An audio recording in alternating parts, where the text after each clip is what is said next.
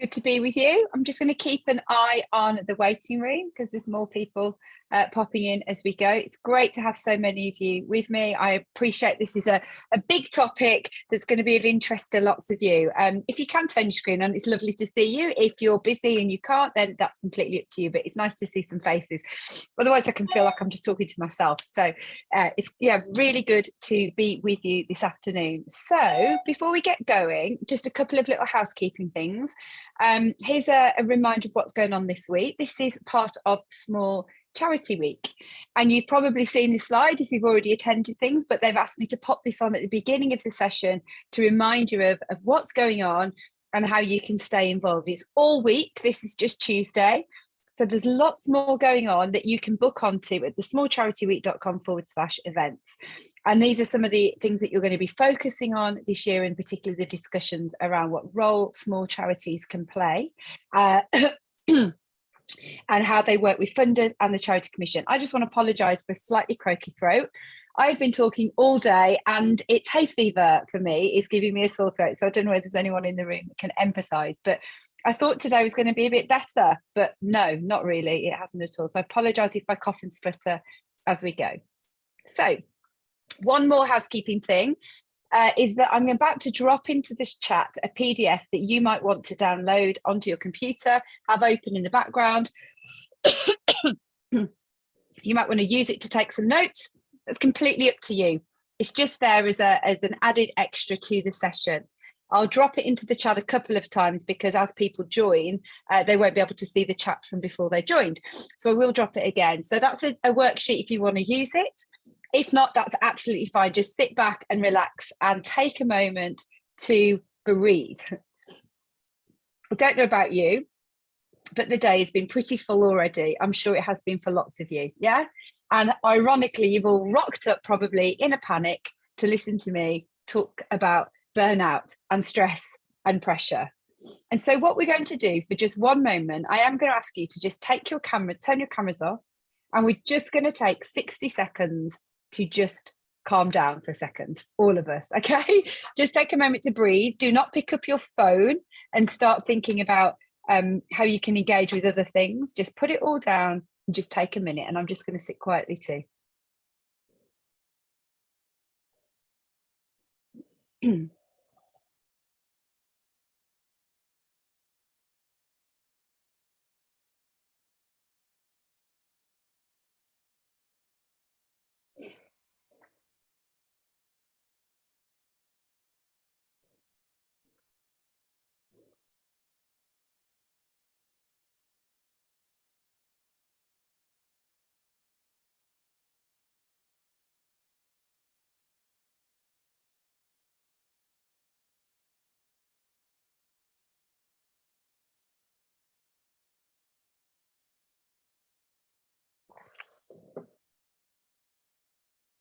Okay, that's a minute.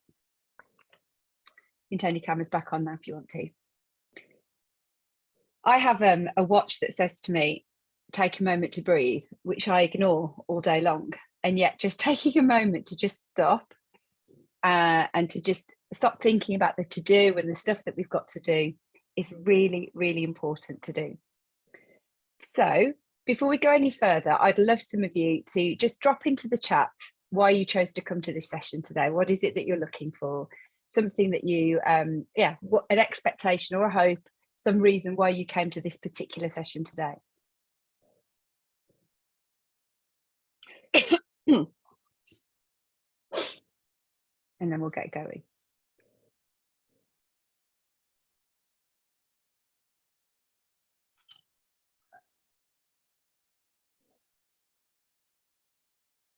Top tips, fair enough, to build some resilience in this area.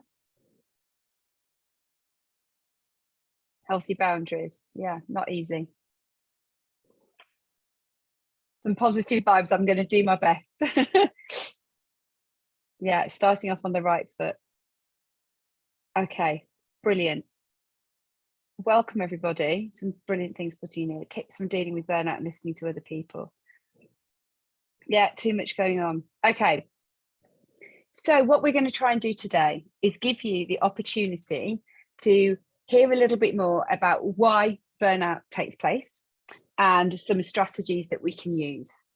Let me just tell you a little bit about me. My name's Hannah Miller and I'm based in Birmingham. I've lived in the Midlands all my life.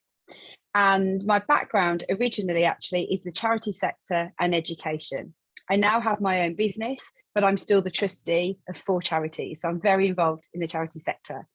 My first job leaving uni a long time ago was actually in advertising and marketing, but I actually left that world quite quickly and moved into the charity sector and was involved in a charity startup from the age of like 21. Then I went into teacher training. I felt actually that the work I'd been doing in the charity was making me think, actually, I want to be a teacher in the classroom. And I worked in a school in inner city Birmingham for 10 years as an assistant head in a school that was special measures, which we got to outstanding. And that school had some of the most deprived children, really, on many, many factors. And it was a joy to see their lives transform. And be in a school which actually gave them the reason to think differently about what their life might hold.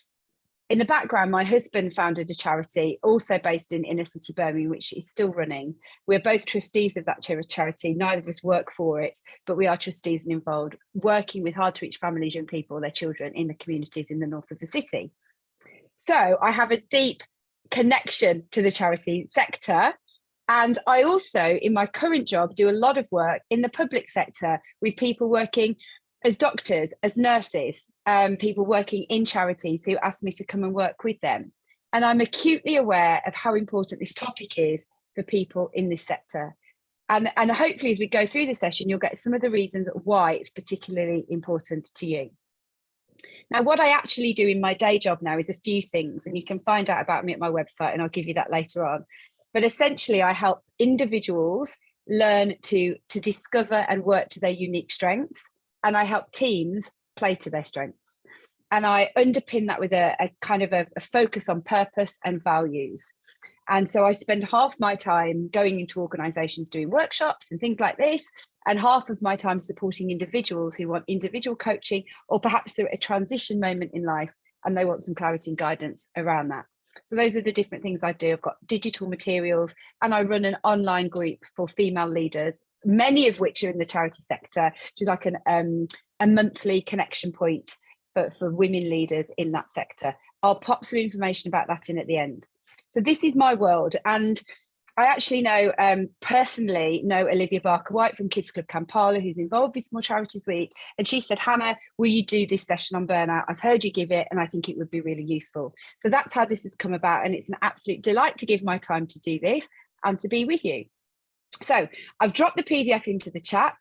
Please do chat to me as we go.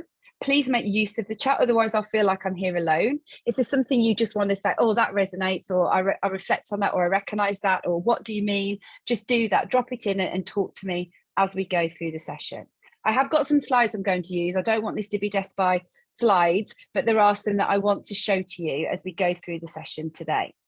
Okay, so let's get going, because we haven't got long. We've got 50 minutes. I'm going to speed through as much content as I can. It is being recorded, so you'll get the opportunity to watch this back. So, yeah, this picture here, let's start here. This is a tree, obviously, that I pass when I walk my dog nearly every day. And I've lived past this, I live near this park, and I'm fortunate to get to walk my dog there regularly. And at the beginning of this year, I spotted this tree and thought, I feel a bit like that tree. I feel like there's a tree with it's not a baby tree. It's been around the block a few times. It's got some maturity about it, but the balance isn't right because its roots are a bit exposed. So although it's weathered many a storm, the roots are a little bit exposed. There's not balance in my life. If I'm not careful, those roots are going to be damaged, and it will do permanent damage to the tree itself. And I kind of took a photograph of it because it sort of encapsulated how I was feeling, and that my deep longing for this year was that I would find a little bit more balance in my life. Ask me any given day, I'm going to give you a different answer to that question. Some days I feel like I'm winning, and other days I'm not. And I think that's part of the reality of busy life, where we've got commitments. We are not going to always have balance. but I'm pursuing balance. I'm pursuing a life where I can continue to make tweaks and changes that mean that I do get balance in my life, because I want to look like a tree whose roots are deeply rooted and they're not exposed and damaged, and at any point could actually be really knocked out the game, essentially. There's no point us giving and giving of ourselves and then we can't do anything. And then all that we are known for and all the things that we contribute, none of it can happen. So balance is key. However, no life really reaches balance, and there will be times and seasons where things get out of kilter. It's all about the recognition of that and then making adjustments. I don't think we'll ever wake up one day and go, yes, I've got this absolutely nailed. I'm totally boundaried about my work and I'm getting enough sleep and my exercise is wonderful and I meditate or pray every day. I connect with my friends every day. Nobody upsets me and all I do is laugh. I mean, we're not going to get there, but we want to make tweaks towards that place. Okay. I always talk about small changes over time making a big difference. And kind of before we start, I want to leave you with that challenge. Where can you make some changes that maybe one change, it's a tweak that will begin to give you a bit more balance. So what is burnout? I'm going to start by giving you a little bit of a definition. I apologize for those of you that know loads about this, but we're going to start from this place. Burnout can be defined using these three characteristics. Number one is about emotional exhaustion, the fatigue that comes from caring too much for too long. So we're not talking about a moment of emotional exhaustion. We're talking about ongoing emotional exhaustion, too much, too long. Coupled with that is depersonalization. That's when we start to feel so depleted of empathy, caring and compassion that we don't yet feel we don't feel like we used to. And on top of that, this last one really resonates with me, a decreased sense of accomplishment. You might feel like this sense of futility. Nothing you do is just making any difference. You keep trying to get through that to-do list, your responsibilities, and it doesn't matter how much time you give to something, you just can't seem to make any headway. And burnout is when these things are in place and they are regularly in place. They are not just one day in place, but we feel like actually this is knocking us out of the game, to use that language. And we may all on this call never experience it in its entirety, but we will feel the signs and we will feel when we start to move towards this.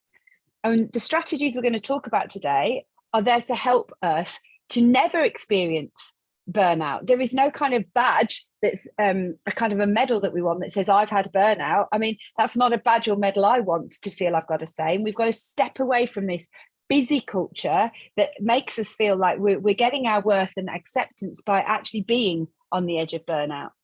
We can work hard. We can actually work really diligently and probably give a bit over and above, which I'm sure everybody on this call does. It doesn't have to mean that burnout is the destination, and I really believe that. So let's take a step back and think about stress. Okay, first of all, I'm just going to ask you, when I say the word stress and I ask you about stress, what have you ever learned about stress? What did people tell you about stress? Drop some thoughts into the chat for me. What did you ever learn about stress? What are your feelings about stress or your experiences about stress? How would you describe it? Anything you like. I'm just going to drop the PDF in one more time because we've had a few late entries. Yes, it's a part of life. Thank you.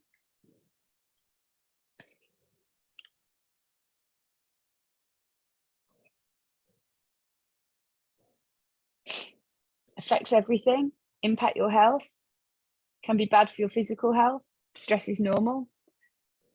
Very little, yeah, true. I don't remember hearing anything at school in the 90s either. Impacts some more than others, impacts people around you. Everyone handles it differently when your ability to cope feels overwhelmed. Okay, yeah, I think things have changed, absolutely. What's interesting is we say, I feel so stressed, or I'm stressed, or this is so stressful. And that is kind of partly true. But as somebody said, stress is normal and stress is actually necessary. I feel like there was a book when I was young I absolutely loved called The Owl Who Was Afraid of the Dark. Does anyone know that book? Yeah. Yes. Chloe's smiling at me. And in that book, each chapter is called Dark is Kind, Dark is interesting, Dark is... And I'm just thinking about that when we think about stress, that stress is normal, stress is difficult, stress impacts everybody differently. There are aspects around stress that mean we've got to get beyond that kind of generic word stress and think a little bit about the impact of it. I read a book recently around stress and around burnout called Burnout, funnily enough, and it was written by two sisters. And some of the content I'm about to share with you now comes from that book and has been really useful to me in reframing my understanding of stress and how it works in my life and what I can do. And I want to share that with you because I hope it's going to give you a sense of hope as well. So here's a silly little cartoon with a little bit of Tipp-Ex on it because there was a rude word on it. So the stress response cycle, okay, this is what's happening to you and me every single day. Things happen that cause stress. It's a stressor that comes to us. So in the cartoon, the stressor is this prehistoric tiger coming to the cave girl, okay? And it's coming at her and it is getting her stressed. Her body is reacting to the fact that she might have her head bitten off. And it's anything that you can hear, see, touch, taste, or imagine that you think could cause you some harm in some way, shape, or form. Not necessarily the thing cause you some harm, but maybe even the outcome of the thing. So a deadline can cause stress, even though that in and of itself doesn't harm us. So things like that can cause stress, and they are the stressor. So the tiger here is the stressor. And what happens is that when we experience a stressor, our body does what it's supposed to do. It responds to that and it produces stress juice, as they call it in this cartoon. It's got a more technical name than that, but the stress juice is what goes on inside our brain, the hormones that are released, the buildup of adrenaline, and then our body reacts to that threat. Okay, and we all know this, I'm sure you've heard it before. Fight, flight, freeze. And there are a lot more options actually than that, but we'll just stick with this for now. When we see a problem, we respond. Now, we kind of get this, and this is probably not new to anybody on the call. But the bit that is more missing for us in modern adult life is that we are not necessarily doing the next part, which is that after the physical exertion of that problem that she faced with the tiger and the recognition that that particular stress was over, your body then returns to normal hormone levels, to a baseline, and the stress response cycle is completed. So think of a high stress moment when you think you're about to have a crash in your car, something like that. You know what that feels like, don't you? You get that kind of rush through your body where there's a sudden kind of response and reaction. And then when it's over, you feel like this bit of ache in your body, first of all, and then you can feel your body return to normal. Do people know what I'm talking about? That cycle that we experience. Now, the problem is you and I are facing multiple stressors every single day. Lots of things that demand our attention and demand our response, whether that's obligations, responsibilities, parenting, our job, illness, elderly parents we're thinking about looking after, children that we might care for, other stakeholders in our life, having a teenager, all those things, let alone finances, let alone the state of the world, all of perhaps a tricky colleague or a rude colleague or a rude person that you have to deal with on a regular basis, all of this. Now, you will have your own list, but the point is they are multiple. And what doesn't happen anymore, and as the book argues, is that unless we do something about it, our body is not returning to baseline. It's just staying in that heightened place. And I don't know whether any of you have experienced this, because I have. I know when I'm in that heightened state, because I then find it very difficult to stop. I find myself picking up my phone and being ultra distracted by it, even when I don't want to be, because I'm in this kind of heightened state of distracted stuff that's got to be done. For some of us, it might be that we do the opposite and we just completely opt out and don't want to do anything. I'm sure that's a personality thing. But I know when I'm like that because my body is in a kind of a state that feels like I'm slightly on adrenaline. rather than being able to find that point of relaxation where my body hits the baseline and I close the stress response cycle. Now, what has been empowering for me in all of this is that there are lots of stressors that I can't control, okay? There are lots of stressors that I can't control, but I can complete the cycle. That's the thing that I want you to take away from today. There is so much stress that is in my life that I cannot stop or remove. Lots of it is beyond my capacity, but I can do things to complete the cycle. And there is science and evidence around that. Somebody's just saying, I think that they've got to leave. No problem. Yeah, thank you. Lovely to see you. You can close that stress response cycle. And I want to talk you through some things that you can do. Okay, that's what I want to, where I want to take you now. And some of it will not be rocket science to you. You'll know this already, but I just want to take that learning a little bit further. But what I'd like you to do before I do that with you, I'm going to give you 2 minutes. We're going to turn our cameras off. And I want you to, if you've got the PDF, you can use it. There's a page where it says, how is stress playing out in your life? If you're not using the PDF, just take a piece of paper and free write for 2 minutes about the stuff that you are juggling that is on your mind, the things that are causing you stress. This is not going to be read to anybody else. It's just for you. I want you to take 2 minutes to pick up a pen and write what's coming to mind, what's keeping you up at night, what are the things that you are juggling and challenged with at the moment. You've got 2 minutes to do that. Go.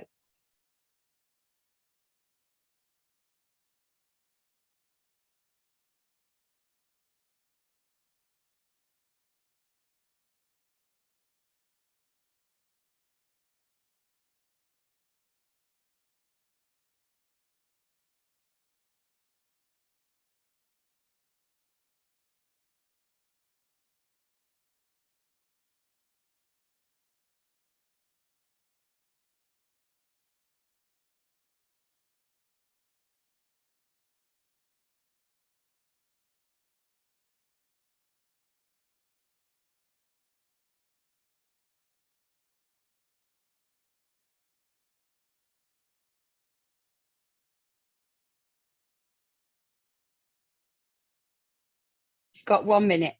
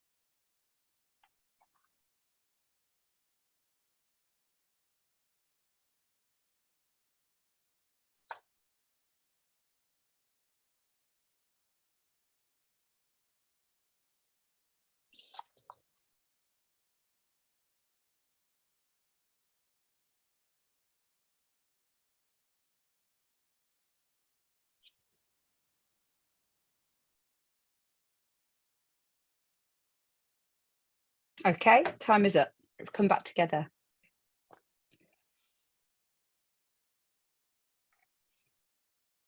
Welcome back. Now, that wasn't meant to overwhelm you, but to help you kind of recognize there's plenty going on. There's lots of ways stress is showing up in our lives. And we cannot, to go back to the point made in the chat, stress is normal and it isn't going anywhere anytime soon. There are some stresses that we can perhaps deal with and avoid.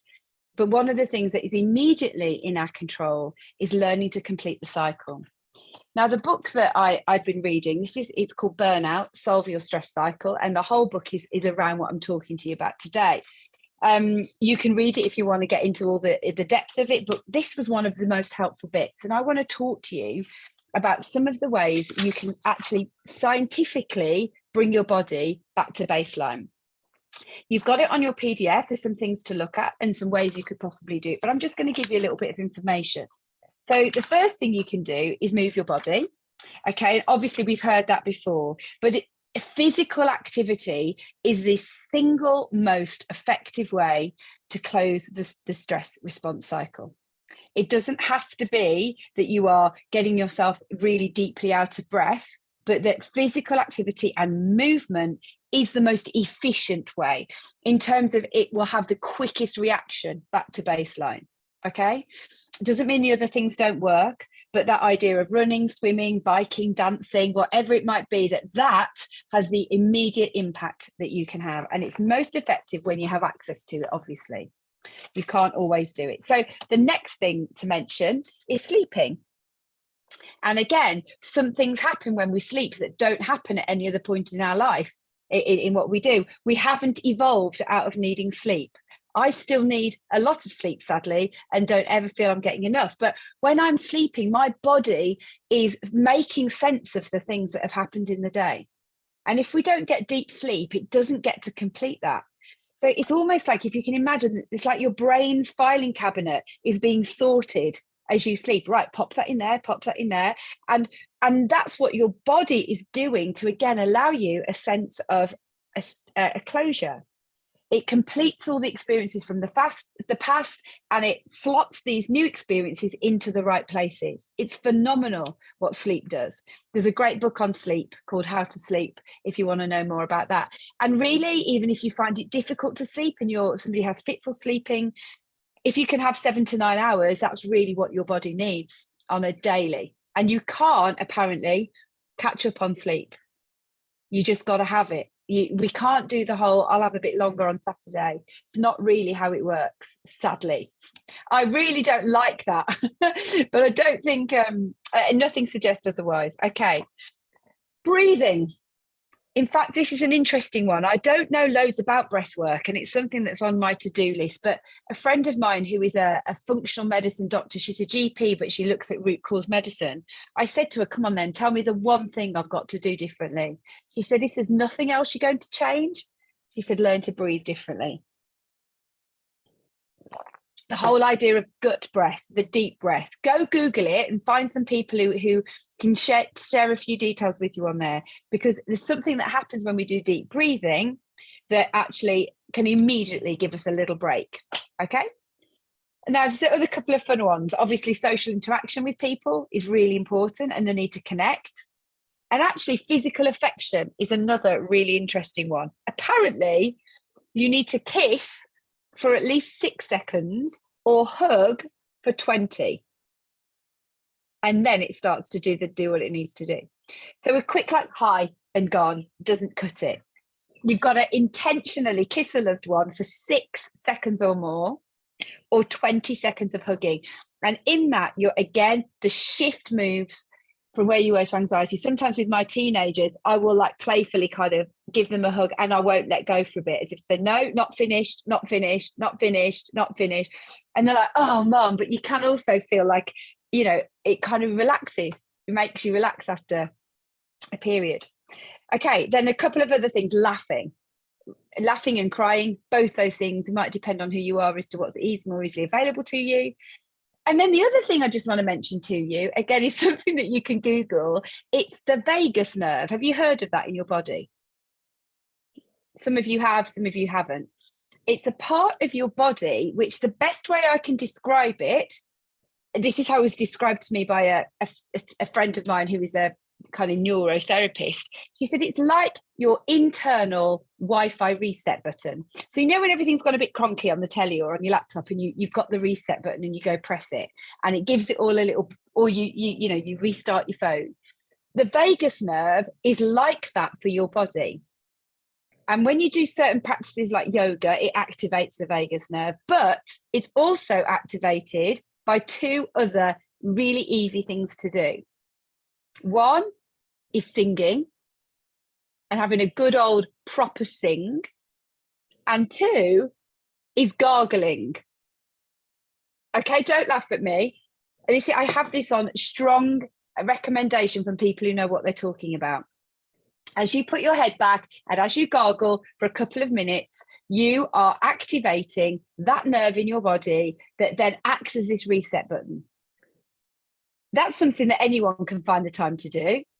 The other day, I was in the car after a very stressful day, and I'd been reading this book and I'd been pondering on what's in my hand to do? What can I do differently when I'm stressed? Because I do get wound up and I do get stressed, and I've got a lot going on in my life.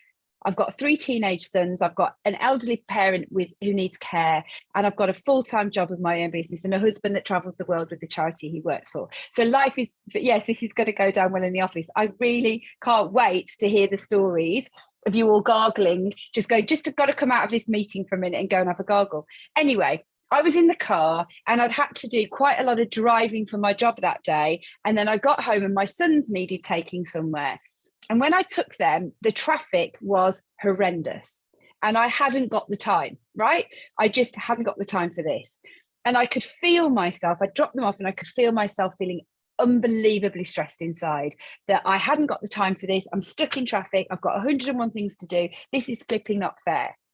The thing is, I can't do anything about the traffic and I can't do anything about that stressor until I get out of the traffic. So having read this book and having been like inspired with all these kind of, ideas around what am I going to do, I thought, right, that's it. And I put on a song I really like and I sang loudly. And I thought to myself, I'm closing the stress cycle. And it kind of made me laugh. I mean, I like to sing anyway, but it kind of made me laugh that I was taking some control back into my own hands. And all I'm simply trying to give you here is some actual doable things, not some sort of magical system of how you've got to live your life, but some things that, dependent on circumstance, you can select and think, right, I just need a hug. I just need a hug from somebody I trust and love. Actually, I'm just going to go and gargle in the toilet because I can go do that. And I'm fascinated to give it a try. I'm going to go for a run around the block. I'm just going to go get my heart racing. I'm going to have that moment of release that comes from some exercise. I'm going to go for a chat with a friend, or I'm going to have a good old flipping cry because that's what I need. And I want you to see that when your body's doing these things, that you are contributing to your health. You are pulling yourself back from burnout, because on the daily, we need to close the stress response cycle. So I guess if that's all you can take from today, that's the thing that's on us to do, to think about how can we close the stress response cycle. So just going to go kind of back to my slides here because we did that bit already. That was the list of things. Obviously, the other things I didn't mention there were also being creative, doing something creative, or going and engaging your imagination. That might involve doing some writing, or it could be going to watch a film, doing something that enables you to go and engage with something that's not reality and that's not part of what you do. There's a whole list here, and there'll be some that resonate with you more clearly than others. Now, I do want to just push you back to that fact that the actually moving your body again is something that you can go do. Go take 10 minutes and do it. I read something the other day from Hugh Jackman. Okay, I'm just going to find it to show you. I've saved it, and you can pop into this anything you want to, as in he's talking about meditation, but I would just put in there, instead of meditation, I would put in the phrase self-care of some kind. Okay, and this is what he said. He said, everyone takes a shower every day. I mean, maybe they don't, but like most people do. Everyone takes a shower every day, and we don't complain about it. We just do it out of discipline. There will always be an excuse not to move your body, not to go and do something creative, or do something self-care. The ego says, you don't need to do that. You're really busy. What about your kids? What about your responsibilities? But do I say, I haven't got time to shower today because I've got to make time for the kids? No. And I guess what he's trying to say there is, we don't ever equate having a shower with our other responsibilities. I mean, we might occasionally, like when you've got a newborn, you really might, and there are times in life where you might not, but I think you get his point.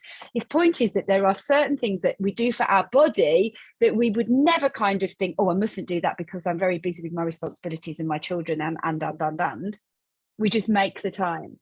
And I saw that and I thought, yes, maybe it is a bit of ego that I don't make the time that I should do. Maybe this is about me as much as it is about the stresses in my life and the stresses in the world, that I don't think that I can do this. Or maybe I don't care enough about myself to do those things. And if I don't care about myself enough, how am I able to care for other people?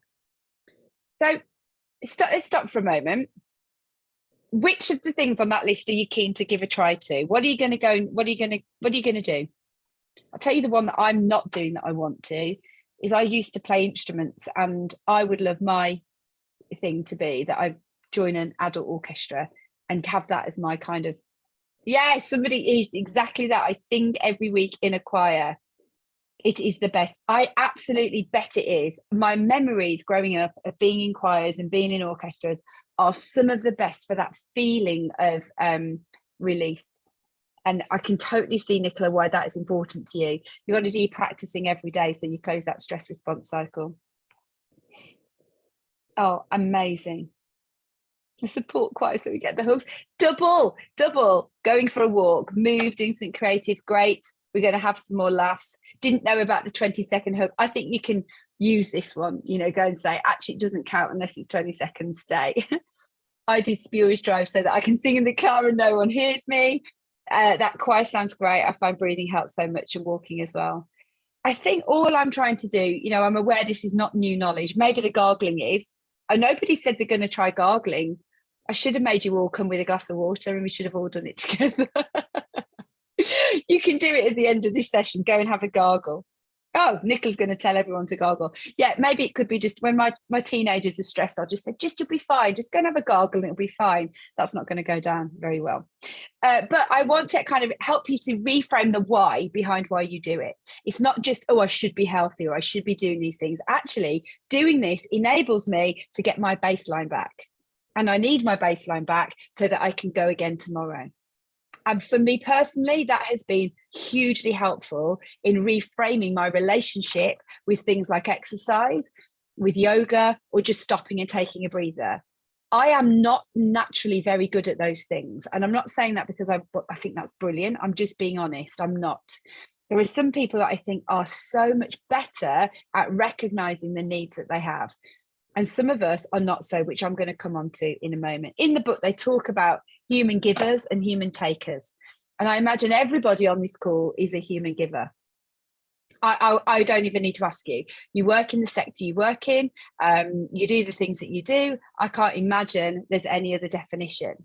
And the answer to dealing with human giver syndrome isn't that we all start to become human takers and say, I'm not going to do this anymore. That isn't the answer.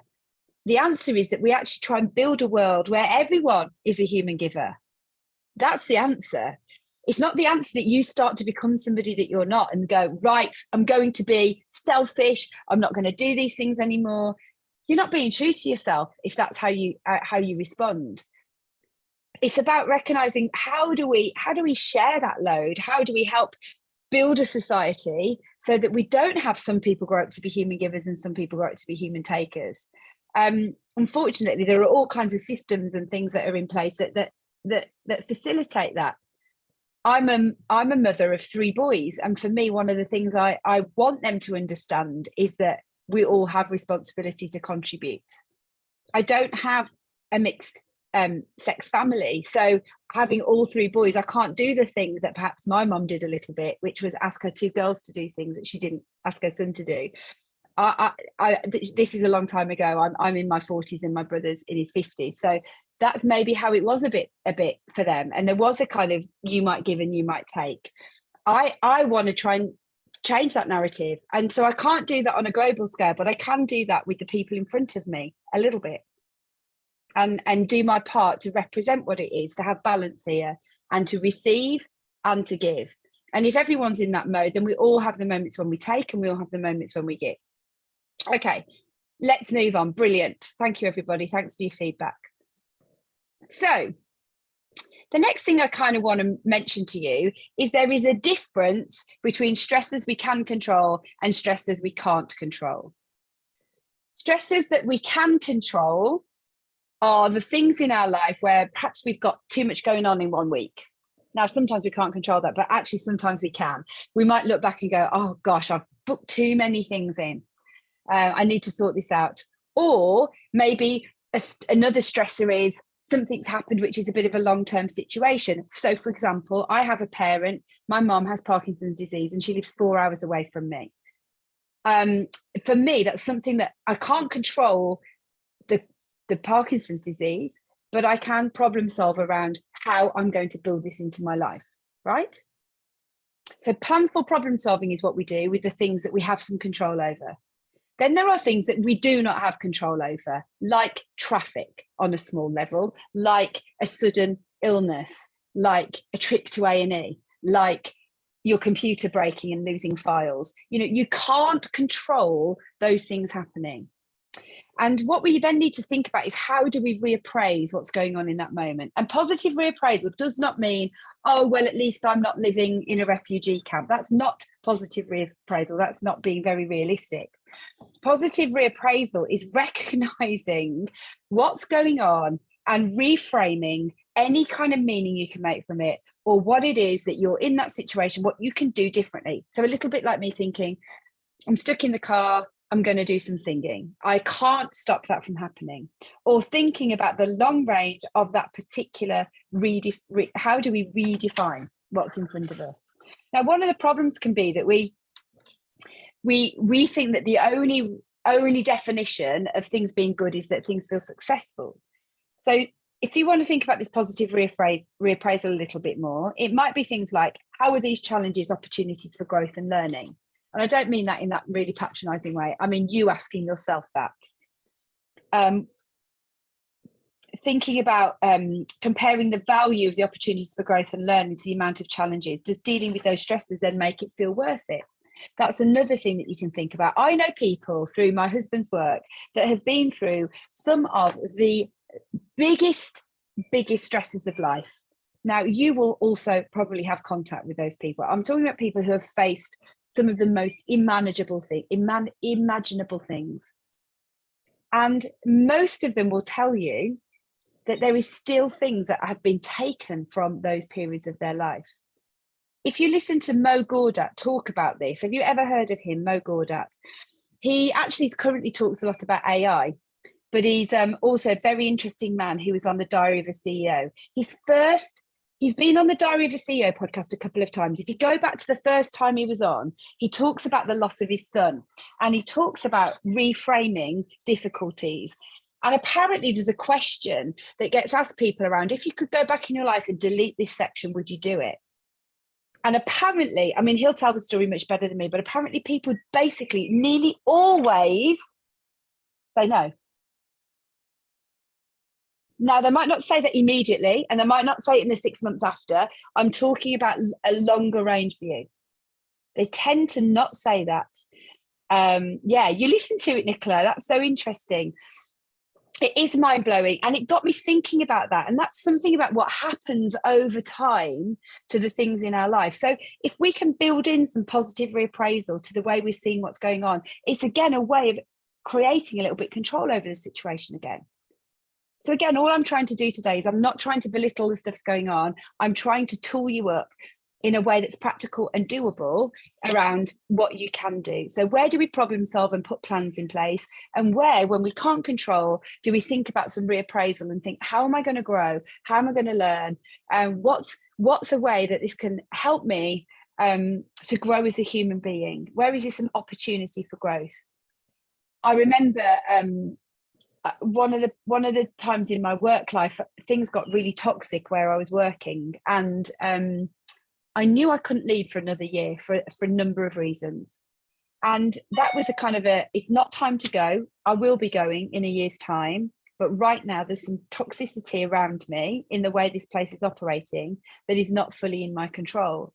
And one of the things that got me through that year was a positive reappraisal around, how can I learn to serve and have a good attitude when I feel like I'm in something that feels quite broken. And that was kind of my personal aim. I know that sounds really virtuous, and don't get me wrong, I didn't find it that easy all the time. But that was my long range view about it.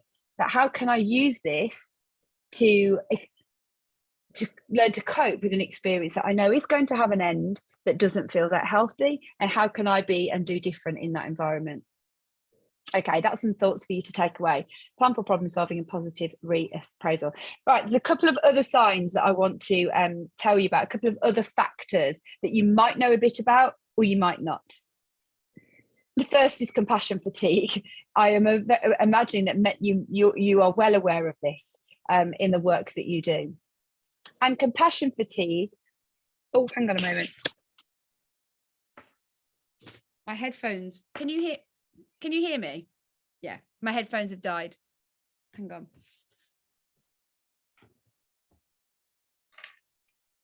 Am I coming out through the speakers now? Yeah, I'm trying to I don't know whether they've completely died or whether they're dying.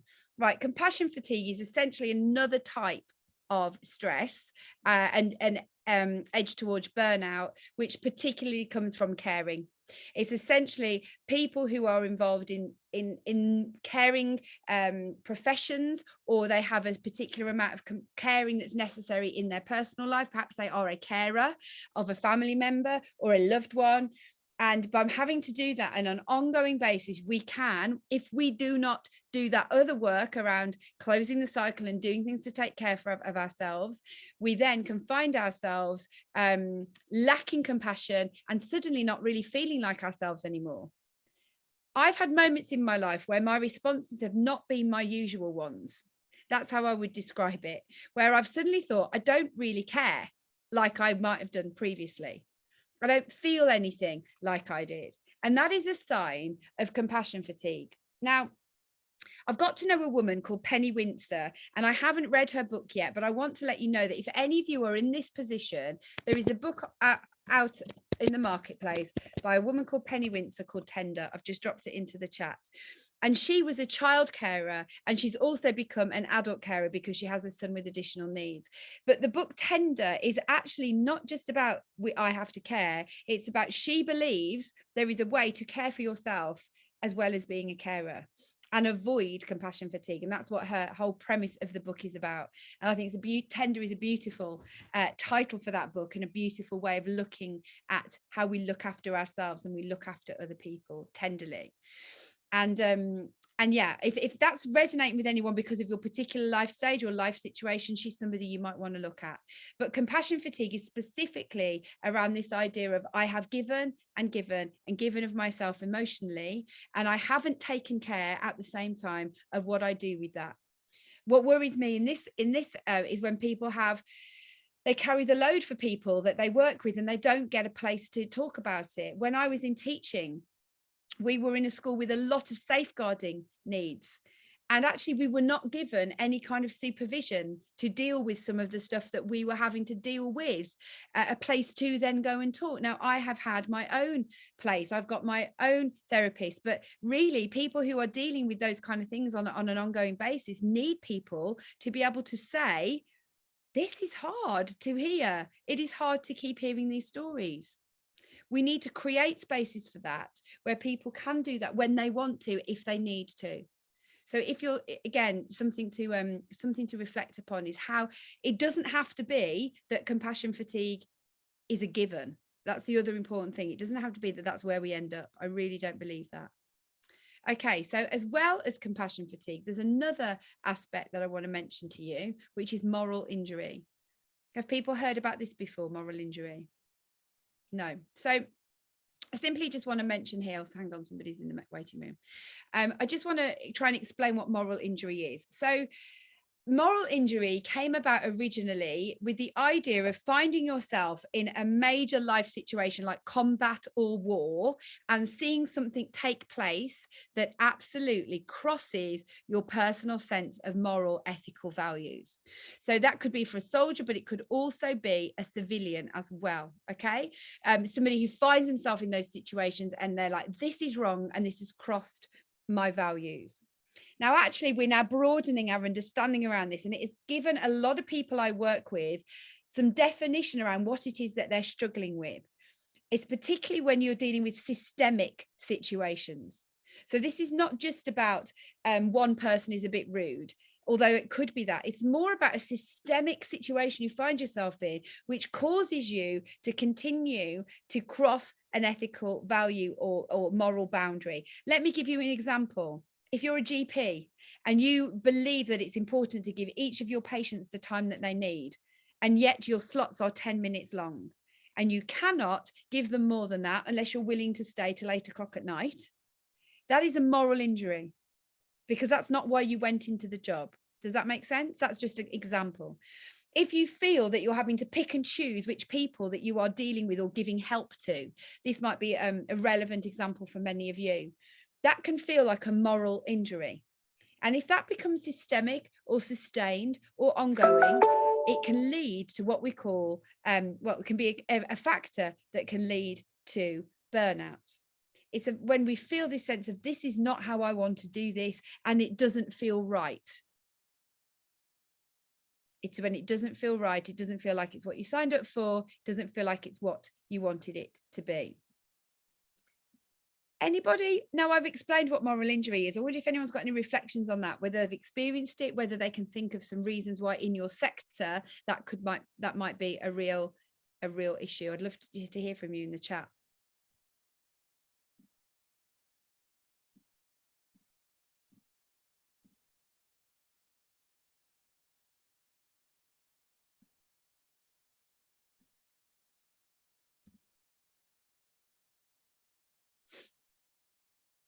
Give it a second to load.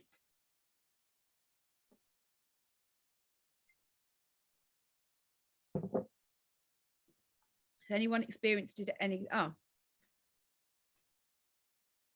Yeah. Okay, you deal with online abuse of Black women and minority groups. So again, you'll be hearing about things that cause a sense of moral injury. Thank you. Awful. And it's when you know it's kind of bigger than an individual, and it's bigger than you can necessarily completely change, you'll be contributing to. Managing a support drop-in service on my own as a staff member, despite policy that we should not loan work. That's exactly a kind of moral injury situation right there. And I'm sorry. I'm really sorry. But again, there's nothing glib I can say that can take these things away. But I think actually understanding why this feels difficult and having a bit of a kind of name and frame for it can then help us again to think, what am I going to do about this? How can I be tender to myself? How can I take care of myself in these giving situations that actually feel quite costly? And really important things are costly. We're not going to get that perfect balance that I mentioned at the beginning. It's just not going to happen, because costly things ask a lot of us. But if we're going to continue to serve into situations that feel quite costly, we do have to give ourselves the tools that we can find to keep us in it for the long run. If you want to be able to do this and be able to still function in 10 years' time, then you've got to do the things that you need now. Okay, because I'm not necessarily helping to overcome that within my particular massive goal with Minival. Yeah, I know. And again, when we come to those feelings, Chloe, sometimes we've got to just think, what is in my hand to do? And what difference can I make? And I know, again, I'm so aware these sound like little maxims, but we have got to be able to cope. You know, this is something that in many fields people feel. I imagine an individual politician who's trying to do things differently thinks, what difference am I making in this absolutely broken system? An individual doctor thinking, what difference can I make when these things are happening on a daily basis? A lawyer with high integrity who feels like they're just swimming in a sea of people just trying to get as many billable hours as they can. You know, we can all feel that sense of this is futile and pointless, but we've got to just come to terms with what's in our hand to do. What's our bit that we can have control over, and where can we have some influence? And there are some things that we have to learn to actually make our peace with and think, I can't fight that battle. So you got to pick the things that you can totally control, and that's you.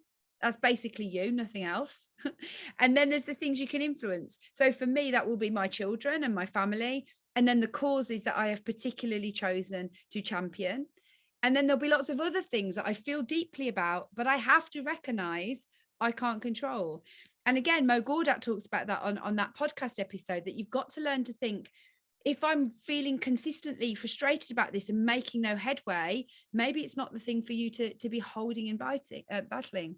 Just going to read the chat. Young people in the school and their families, loads of safeguarding concerns in pandemic. There was not my role. Yeah, key worker roles when others were furloughed, just trying to do our best. The infrastructure wasn't in place. Totally. And I think there are so many people that have got a hangover from the moral injury that they've experienced, even if it's not what they're doing right now. And it's not right and it's not fair.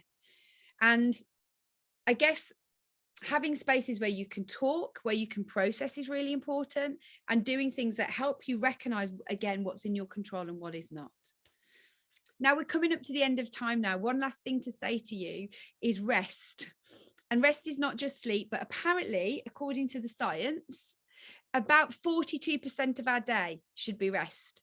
So actually, that's outside of sleep. It's not loads of hours. It's about two and a half hours of things that feel restful. And that could be cooking if you like it, eating if you like it, going for a walk if you like it, whatever those things are. But that we do need to find opportunity on the daily basis to do things that feel restful and replenishing for us. Now, I want to respect your time, and I recognize we're coming to the end. I want to show you how you can stay in touch with me. And then I'd love you, whilst I do that, to pop into the chat one thing that you're going to try or do differently, or one thing that has been helpful. So something you're going to do or something that's been helpful. Now, this is me. If you want to stay in touch with me, you can find me on Instagram at Hello Hannah Miller. That's me. Okay. If you want to know more about your own personality in the work I do, if you go and look at any of my courses, you can use this code here, Purpose10, and it will give you 10% off. So if you want to go and have a little read around what I do and you want to take it a bit further, or you want to email me and ask me, I'm just giving you a promo code there that you might want to squirrel away, because you can have 10% off anything. And then finally, at the bottom there is my website, which is hellosidekick.co/competition. Now I'm sending you there because I've got a competition that you will like right now that closes in a couple of days. It's a brand new website. Okay. And if you go to that page there, /competition, and you sign up for my blog, which comes out on a Wednesday, and it's a bit of a midweek uplift. If you sign up for that, you're going to go into a draw for a Social Stories hamper. So Social Stories are a company that they fill their hampers with lots of companies that do good. So it's like good tea bags and good biscuits and good wine and good this, and it's really lovely, and I want to keep one for myself. So if you want one of those, go to the website and sign up, and you'll be on the list. And I'm looking through, I think that's everything I wanted to make sure you knew about. You can have a goosey gander around the website and see what's there. You can go find me on Instagram. I hang out there every day. And I share things around knowing yourself and knowing your purpose and all that kind of thing. And I'm so pleased you found it interesting and useful. You know, we've had an hour together and it's just a bit of a whistle-stop tour, but I hope you're going to become more aware of yourself and think, right, this is where I'm at. There's a lot of stressors coming at me. There's those metaphorical tigers coming right at me at the moment, and I want to get back to baseline. And I hope that you can find the opportunity to, even if it's just gargling, do something that gives you a moment to flick that switch and think, I'm literally resetting my button and I'm giving myself the chance to go again. Thank you everybody for attending. The recording has worked by the looks of it, so I'll make sure that that goes to everybody afterwards and anybody who signed up and didn't make it. One last thing to say, my company gives 10% to organizations that are working to make the world a little bit fairer. So part of our purpose is that by doing the things that we do to support individuals, we're supporting people that wouldn't otherwise access that. So yeah, thank you for all you do. It's amazing and crucial and hugely, hugely important. And I hope that you can just be reminded today a little bit of the importance that you bring to your work and who you are, but take care at the same time. Have a lovely rest of the day. I hope the sun is shining where you are. Bye-bye.